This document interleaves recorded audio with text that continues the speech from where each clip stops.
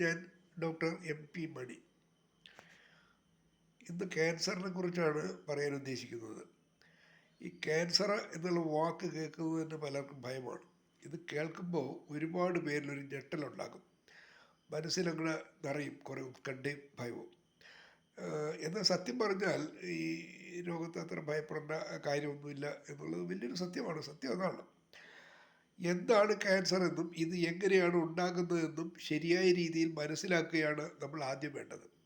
അങ്ങനെയാണെങ്കിൽ ഈ ഈ ഈ ക്യാൻസർ എന്ന് കേൾക്കുമ്പോഴത്തെ ആ ഭയമുണ്ടല്ലോ, അത് ഒരുപാട് മാറിക്കിട്ടും, അല്ലെങ്കിൽ ഉണ്ടാകാതിരിക്കും. അതാണ് ഇവിടെ സംഭവിക്കുന്നത്. ഈ രോഗികളുടെ മനസ്സിൽ നമ്മൾ പിരിമുറുക്കായിട്ട് വൈകാരിക സംഘർഷം എന്നൊക്കെ ഇമോഷണൽ സ്ട്രെസ് ഇത് വന്നാൽ ചികിത്സ ശരിയായ രീതിയിൽ ഫലപ്രദമാകാൻ പ്രയാസമായിരിക്കും. അതുകൊണ്ട് തന്നെ രോഗശമനം നേടാനും ഒരുപാട് ഈ പ്രശ്നങ്ങളിലേക്ക് അത് പോകാൻ കാരണമാകും. മാത്രമല്ല, ഒരുപാട് പേരിൽ സങ്കീർണതകൾ ഉണ്ടാകുന്നതും അതുകൊണ്ടാണ്. അതുകൊണ്ട് തന്നെ ഈ രോഗികളിൽ ചികിത്സ ആരംഭിക്കുന്നത് തന്നെ മനഃശാസ്ത്ര സമീപനത്തോടു കൂടിയായിരിക്കണം. ഇത് ഭയപ്പെടുന്ന രോഗമൊന്നുമല്ല. ഇത് അത്ര കാര്യമായിട്ട് എടുക്കേണ്ട കാര്യമില്ല. ഇത് മാറുന്നതേ ഉള്ളൂ.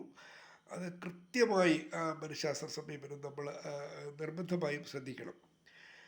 ഈ ക്യാൻസർ വരാതിരിക്കാൻ, അല്ലെങ്കിൽ അതിനെ പ്രതിരോധിക്കാൻ, ഈ വന്നാൽ ചികിത്സ ഫലപ്രദമാകാനും കൂടുതൽ വേഗത്തിൽ രോഗശമനം നേടാനും ഈ ആഹാരം ഒരു പ്രധാന ഘടകമാണ്. അതിൽ എല്ലാ രോഗങ്ങളിലും അങ്ങനെയാണെങ്കിൽ ക്യാൻസറിന് അതിനുള്ള പ്രാധാന്യം വളരെ കൂടുതലാണ്.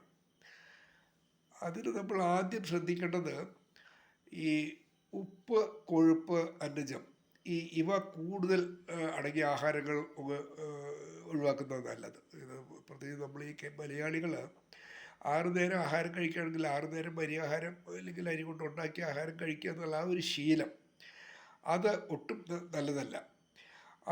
അതുപോലെ തന്നെ പഴകിയ ആഹാരം, ഈ പൂപ്പൽ പിടിച്ച ആഹാരം, അതും ഈ നമുക്ക് ക്യാൻസർ രോഗം വരാതിരിക്കാനും അത് ക്യാൻസർ വരാനുള്ള സാധ്യത കൂടുതലാണ്.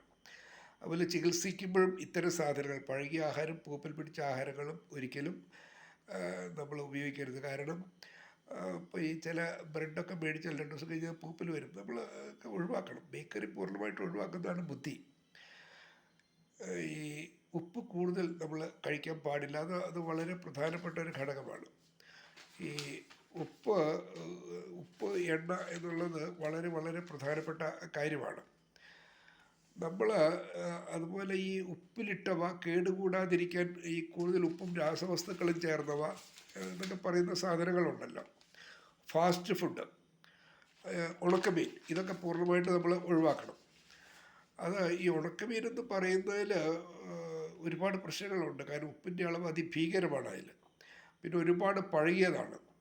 അതുപോലെ ഈ രാസവസ്തുക്കൾ ചേർത്ത ആഹാരം, ഈ കൃത്രിമ മധുരം ചേർത്ത ആഹാരം, കൃത്രിമ നിറങ്ങൾ ചേർത്ത ആഹാരം, ഈ വറുത്തതും പൊരിച്ചതും കൂടുതൽ എന്താ പറയുക, കൂടുതൽ എണ്ണയിൽ കൂടുതൽ നേരം ഈ വറുത്ത പൊരിച്ച ആഹാരങ്ങൾ, കൃത്രിമ നിറങ്ങൾ, കൃത്രിമ മണങ്ങൾ, അതും നല്ലതല്ല എന്ന് നമ്മൾ തിരിച്ചറിയണം. ഈ മണങ്ങളൊക്കെ കൃത്രിമമായിട്ട് ഒരുപാട് ആഹാരത്തിൽ വരുന്നുണ്ട് ഇപ്പം. അത് ഈ ടിന്നിൽ അടച്ചു വെച്ച ആഹാരങ്ങൾ, കുപ്പിയിൽ വരുന്ന സാധനങ്ങൾ, ഈ പലതരത്തിലുള്ള പാനീയങ്ങൾ, ഇതിനൊക്കെ അത് ഒരുപാടുണ്ട്. പിന്നെ ഇത്തരം കാര്യങ്ങൾ ക്യാൻസറിൽ മാത്രമല്ല, ഈ മറ്റേത് രോഗത്തിലും നമ്മുടെ ഔഷധങ്ങളുടെ കലവറ എന്ന് പറയുന്നത് നമ്മുടെ അടുക്കള തന്നെയാണ്, എന്ന് സംശയമൊന്നുമില്ല. അതൊന്ന് ഈ ശരിയായ രീതിയിൽ നമ്മളൊന്ന് ചിട്ടപ്പെടുത്തിയാൽ മതി, ഒന്ന് ക്രമീകരിച്ചാൽ മതി. അതാണ്. അപ്പോൾ തേയില വളരെ നല്ല സംഭവമാണത്. പച്ചമത്സ്യം, മഞ്ഞൾ, മല്ലി, ഉലുവ, വെള്ളുള്ളി, ഉള്ളി, കുരുമുളക്, തക്കാളി, കാരറ്റ്, മധുരക്കിഴങ്ങ്, ചെറുനാരങ്ങ, ഓറഞ്ച്, ഇലക്കറികൾ, പപ്പായ വളരെ വിശേഷപ്പെട്ട, ബീൻസ്, ബീറ്റ്റൂട്ട്, മത്തങ്ങ, തണ്ണിമത്തൻ, കാബേജ്, കോളിഫ്ലവർ, മുള്ളങ്കി, കൊഴുപ്പ് നീക്കിയ പാല് കൊഴുപ്പ്, മറ്റേ കൊഴുപ്പ് നമുക്ക് അത്ര നല്ലതല്ല. കാരണം ഈ ഫാറ്റി ലിവറൊക്കെ ഒരുപാടുള്ള കാലമാണ് എല്ലാവർക്കും. സോയാബീൻ, കട്ടൻ ചായ വളരെ വിശേഷമാണ്. കട്ടൻ ചായയിൽ ചെറുനാരങ്ങയുടെ നീര് കൂടി അങ്ങോട്ട് ചേർത്ത് കഴിക്കാമെങ്കിൽ ഒരു പ്രതിരോധ ശേഷി വർദ്ധിക്കാൻ വളരെ സഹായിക്കുന്നതാണ്. പിന്നെ പഴങ്ങൾ, ഉണങ്ങിയ മുന്തിരി എന്നിവ വളരെ നല്ലതാണ് ഈ ക്യാൻസറിനെ പ്രതിരോധിക്കാനും വന്നാൽ ചികിത്സ കൂടുതൽ ഫലപ്രദമാകാനും.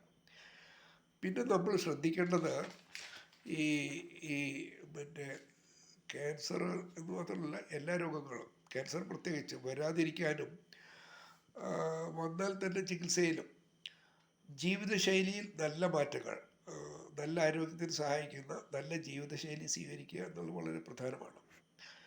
അതുപോലെ ആഹാരം, നല്ല ആഹാരങ്ങൾ, ക്രമീകരിച്ച ആഹാരങ്ങൾ, നല്ല ക്രമീകരണങ്ങൾ ഉണ്ടാക്കണം. അത് ഡോക്ടർ പറഞ്ഞു തരും, എല്ലാ ഡോക്ടർമാരും അത് പറഞ്ഞു കൊടുക്കും.